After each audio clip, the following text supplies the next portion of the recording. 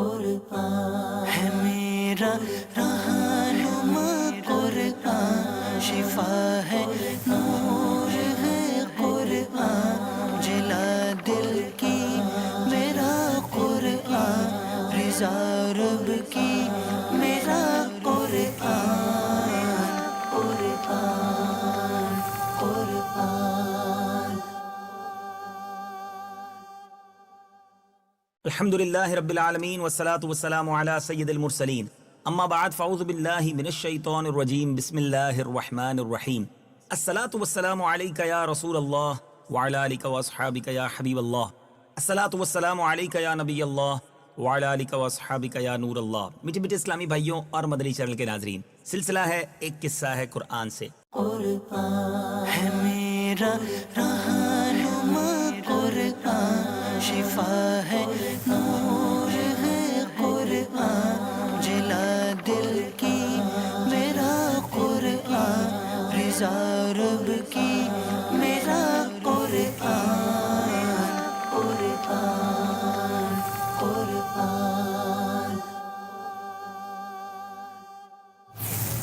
آج کون سا قصہ ہم نے سننا ہے؟ سبحان اللہ، ایک ایسا قصہ جس میں اللہ تبارک و تعالیٰ کے نبی کا ایک معجزہ بھی ہے، اس قوم کی بربادی کا واقعہ بھی ہے، اور ایک عجیب و غریب کشتی کی بھی بات۔ جی ہاں، آپ پہنچ گئے ہوں گے۔ آج بات ہوگی حضرت نوح علی نبینا علیہ الصلوۃ والسلام کی کشتی کی۔ حضرت نوح علیہ الصلوۃ والسلام 950 برس اپنی قوم کو خدا کا پیغام سناتے رہے، مگر ان کی بد نصیب قوم ایمان نہیں لائی، بلکہ طرح طرح سے آپ کی تحقیر و تذلیل کرنے کی کوشش کرتے رہے، اور قسم قسم کی اذیتوں اور تکلیفوں سے آپ کو ستایا جاتا رہا، یہاں تک کہ کئی بار ان ظالموں نے آپ کو اس قدر زد و کوب کیا کہ آپ کو مردہ خیال کر کے کپڑوں میں لپیٹ کر مکان میں ڈال دیا، مگر آپ پھر مکان سے نکل کر دین کی تبلیغ فرمانے لگے۔ اسی طرح بار بار آپ کا گلا گھونٹتے رہے، یہاں تک کہ آپ کا دم گھٹنے لگا اور آپ بے ہوش ہو جاتے، مگر ان تکلیفوں اور مصیبتوں پر بھی آپ یہی دعا فرمایا کرتے کہ اے میرے پروردگار، تو میری قوم کو بخش دے اور ہدایت عطا فرما، کیونکہ یہ مجھ کو نہیں جانتے ہیں۔ اور قوم کا حال یہ تھا کہ ہر بوڑھا باپ اپنے بچوں کو یہ وصیت کر کے مرتا تھا کہ نوح علیہ الصلوۃ والسلام معاذ اللہ بہت پرانے پاگل ہیں، اس لیے ان کی بات کو کوئی نہ سنے، نہ ان کی باتوں پر دھیان دے۔ یہاں تک کہ ایک دن یہ وحی نازل ہو گئی کہ اے نوح، اب تک جو لوگ مومن ہو چکے ہیں ان کے سوا اور دوسرے لوگ کبھی ہرگز ہرگز ایمان نہیں لائیں۔ اس کے بعد آپ اپنی قوم کے ایمان لانے سے نا امید ہو گئے، اور آپ نے اس قوم کی ہلاکت کے لیے رب کی بارگاہ میں دعا کی۔ اللہ تبارک و تعالیٰ نے آپ کو حکم دیا کہ آپ ایک کشتی تیار کریں، چنانچہ 100 برس میں آپ کے لگائے ہوئے ساگوان کے درخت تیار ہو گئے، یعنی پہلے آپ نے اس کشتی کو بنانے کے لیے باقاعدہ درخت اگائے، اور وہ 100 برس کے بعد تیار ہوئے، اور آپ نے ان درختوں کی لکڑیوں سے ایک کشتی بنائی۔ کشتی کتنی بڑی تھی؟ 80 گز لمبی، 50 گز چوڑی تھی۔ اس میں 3 درجے تھے، نچلے طبقے میں درندے پرندے اور حشرات الارض وغیرہ، درمیانی طبقے میں چوپائے وغیرہ جانوروں کے لیے، اور بالائی طبقے میں خود اور مومنین کے لیے جگہ بنائی۔ اس طرح یہ شاندار کشتی آپ نے بنائی، اور 100 برس کی مدت میں یہ تاریخی کشتی بن کر تیار ہوئی، جو آپ کی اور مومنوں کی محنت اور کاریگری کا ثمرہ تھی، جنہوں نے بے پناہ محنت کر کے یہ کشتی بنائی۔ جب آپ کشتی بنانے میں مصروف تھے تو آپ کی قوم آپ کا مذاق اڑاتی تھی۔ کوئی کہتا، اے نوح، کیا تم اب بڑھے ہی بن گئے ہو، یعنی اب لکڑی کا کام کرنے لگے ہو، حالانکہ پہلے تو تم کہا کرتے تھے کہ میں خدا کا نبی ہوں۔ کوئی کہتا، اے نوح، اس خشک زمین میں تم کشتی کیوں بنا رہے ہو، یعنی وہاں پانی نہیں تھا اور اتنی بڑی کشتی بنائی جا رہی ہے، کیا تمہاری عقل ماری گئی ہے؟ معاذ اللہ، غرض طرح طرح کا تمسخر، استہزاء کرتے اور قسم قسم کی تانے بازیاں اور بد زبانیاں کرتے رہتے، اور آپ ان کے جواب میں یہی فرماتے تھے کہ آج تم ہم سے مذاق کرتے ہو، لیکن مت گھبراؤ، جب خدا کا عذاب بصورت طوفان آ جائے گا۔ جب طوفان آ گیا تو آپ نے کشتی میں درندوں چرندوں اور پرندوں اور قسم قسم کے حشرات الارض کا ایک ایک جوڑا نر اور مادہ سوار کرا دیا، خود آپ اور آپ کے تینوں فرزند، یعنی حام، سام اور یافت، اور ان تینوں کی بیویاں، اور آپ کی مومنہ بیوی، اور 72 مومنین مرد و عورت، یعنی کل 80 انسان اس کشتی میں سوار ہو گئے، اور آپ کی ایک بیوی وائلہ تھی جو کافرہ تھی، اور آپ کا ایک لڑکا جس کا نام کنعان تھا۔ یہ دونوں کشتی میں سوار نہیں ہوئے اور طوفان میں غرق ہو گئے۔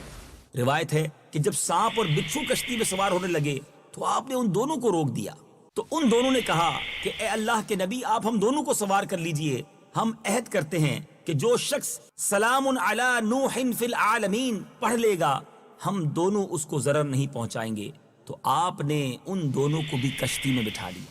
طوفان میں کشتی والوں کے سوا ساری قوم اور کل مخلوق غرق ہو کر ہلاک ہو گئی، اور آپ کی کشتی جودی پہاڑی پر جا کر ٹھہر گئی۔ اور طوفان ختم ہونے کے بعد آپ مع کشتی والوں کے زمین پر اتر پڑے، اور آپ کی نسل میں بے پناہ برکت ہوئی کہ آپ کی اولاد تمام روئے زمین میں پھیل کر آباد ہو گئی۔ اسی لیے آپ کا لقب آدم ثانی ہے۔ اللہ تبارک و تعالیٰ نے قرآن مجید میں اس واقعے کو کن مبارک الفاظوں میں بیان کیا، آئیے تلاوت قرآن اور اس کا ترجمہ سنتے ہیں۔ وَأُوحِيَ إِلَى نُوحٍ أَنَّهُ لَن يُؤْمِنَ مِن قَوْمِكَ إِلَّا مَن قَدْ آمَنَ فَلَا تَبْتَئِسْ بِمَا كَانُوا يَفْعَلُونَ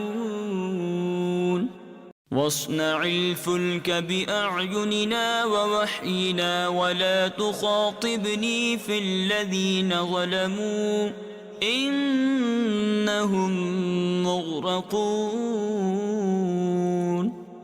وَيَصْنَعُ الْفُلْكَ وَكُلَّمَا مَرَّ عَلَيْهِ مَلَأٌ مِّن قَوْمِهِ سَخِرُوا مِنْهُ قَالَ إِن تَسْخَرُوا مِنَّا فَإِنَّا نَسْخَرُ مِنكُمْ كَمَا تَسْخَرُونَ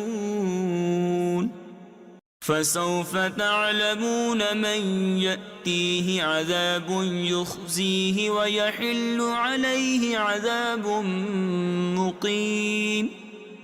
اور نوح کی طرف وحی بھیجی گئی کہ تمہاری قوم میں سے مسلمان ہو جانے والوں کے علاوہ کوئی اور اب مسلمان نہیں ہوگا، تو تم اس پر غم نہ کھاؤ جو یہ کر رہے ہیں، اور ہمارے سامنے اور ہمارے حکم سے کشتی بناؤ، اور اب ظالموں کے بارے میں مجھ سے بات نہ کرنا، بے شک انہیں ضرور غرق کیا جائے گا۔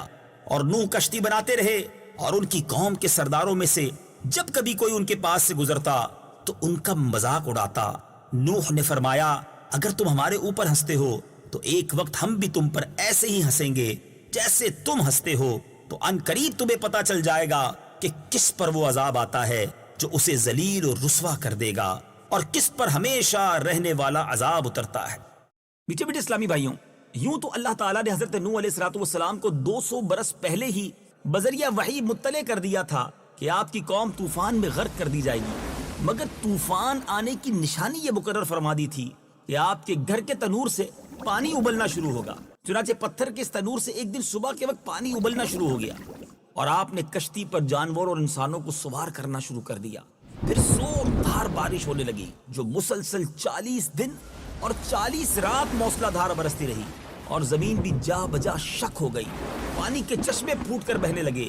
اس طرح بارش اور زمین سے نکلنے والے پانیوں سے ایسا طوفان آ گیا کہ 40 گز اونچے پہاڑوں کی چوٹیاں بھی ڈوب گئیں۔ یہ کیسا طوفان تھا؟ یہ کسی سمندر کے ذریعے نہیں بلکہ بارش اور زمین سے نکلنے والے پانی سے آیا۔ قرآن مجید اس بارے میں کیا ارشاد فرماتا ہے؟ تلاوت قرآن اور اس کا ترجمہ۔ حتى إذا جاء أمرنا وفارت النور قل نحمل فيها من كل زوجين اثنين وأهلك إلا من سبق عليه القول وما آمن معه إلا قليل۔ یہاں تک کہ جب ہمارا حکم آ گیا اور تنور ابلنے لگا تو ہم نے فرمایا ہر جنس میں سے نر اور مادہ کا ایک جوڑا، اور جن پر عذاب کی بات پہلے طے ہو چکی ہے ان کے سوا اپنے گھر والوں اور اہل ایمان کو کشتی میں سوار کر لو، اور ان کے ساتھ تھوڑے لوگ ہی ایمان لائے تھے۔ اور آسمان و زمین کے پانی کی فراوانی اور طغیانی کا بیان فرماتے ہوئے ارشاد ربانی ہوا، ففتحنا أبواب السماء بماء منهمر وفجرنا الأرض عيونا فالتقى الماء على أمر قد قدر۔ تو ہم نے زور کے بہتے پانی سے آسمان کے دروازے کھول دیے اور زمین کو چشمے کر کے بہا دیا، تو پانی اس مقدار پر مل گیا جو مقدر تھی۔ طوفان کتنا زوردار تھا اور طوفانی سیلاب کی موجوں کی کیا کیفیت تھی، اس کی منظر کشی قرآن مجید نے ان لفظوں میں فرمائی۔ وهي تجري بهم في موج كالجبال اور وہ کشتی انہیں پہاڑ جیسی موجوں کے درمیان لے کر چل رہی تھی۔ حضرت نوح علیہ الصلوۃ والسلام کشتی پر سوار ہو گئے اور کشتی طوفانی موجوں کے تھپیڑوں سے ٹکراتی رہی، برابر چلی جا رہی تھی، یہاں تک کہ سلامتی کے ساتھ کوہ جودی پر پہنچ کر ٹھہر گئی۔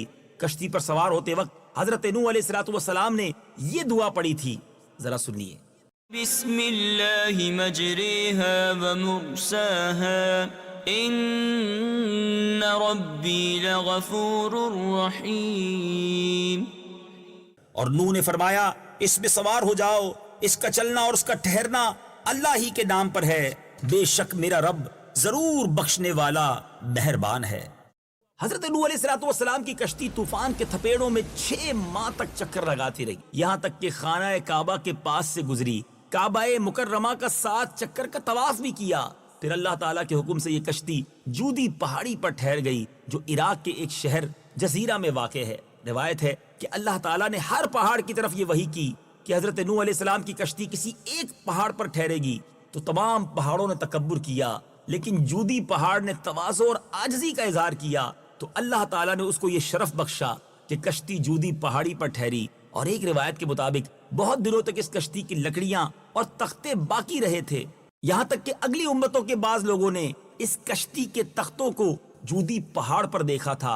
محرم کی 10ویں تاریخ عاشورہ کے دن یہ کشتی جودی پہاڑ پر ٹھہری، چنانچہ اس تاریخ کو کشتی کی تمام مخلوق یعنی انسان اور وحوش اور طیور سب نے شکرانے کا روزہ رکھا، اور حضرت نوح علیہ الصلوۃ والسلام نے کشتی سے اتر کر سب سے پہلی جو بستی بسائی اس کا نام سمانین رکھا۔ عربی زبان میں سمانین کے معنی 80 ہوتے ہیں، چونکہ کشتی میں 80 آدمی تھے اس لیے اس گاؤں کا نام سمانین رکھ دیا گیا۔ قرآن مجید فرقان حمید میں کیا ارشاد ہوتا ہے؟ واستوت على الجودي وقيل بعدا للقوم الظالمين۔ اور وہ کشتی جودی پہاڑ پر ٹھہر گئی اور فرما دیا گیا ظالموں کے لیے دوری ہے۔ میٹھے میٹھے اسلامی بھائیوں، یہ عظیم واقعہ، عجیب و غریب واقعہ جاری ہے۔ جیسے جیسے پڑھتے جا رہے ہیں، سنتے جا رہے ہیں، ایک منظر ذہن میں بنتا جا رہا ہے کہ طوفان کیسا تھا، مگر ابھی اس طوفان کے بارے میں اور بھی کچھ باتیں سیکھنی ہے۔ یہ طوفان ختم کیسے ہوا؟ حضرت نوح علیہ الصلوۃ والسلام کے بیٹے کے ساتھ کیا معاملہ ہوا؟ اگلے قصہ قرآن میں اسی واقعے کو کنٹینیو کریں گے اور اس بات کو کمپلیٹ کریں گے کہ یہ طوفان کیسے ختم ہوا، اتنا عظیم طوفان تھا، وہ تھما کیسے، اور زمین پر پھر کیا معاملات تھے۔ عجیب و غریب واقعات کا سلسلہ جاری ہے۔ اگلے قصہ قرآن میں حضرت نوح علیہ الصلوۃ والسلام کی کشتی کا دوسرا جو حصہ ہے وہ سنیں گے۔ صلو علی الحبیب صلی اللہ تعالی علی محمد صلی اللہ علیہ وسلم۔ قرآن ہے میرا رہنما، قرآن شفا ہے، نور ہے قرآن، جلا دل کی میرا قرآن، رضا رب کی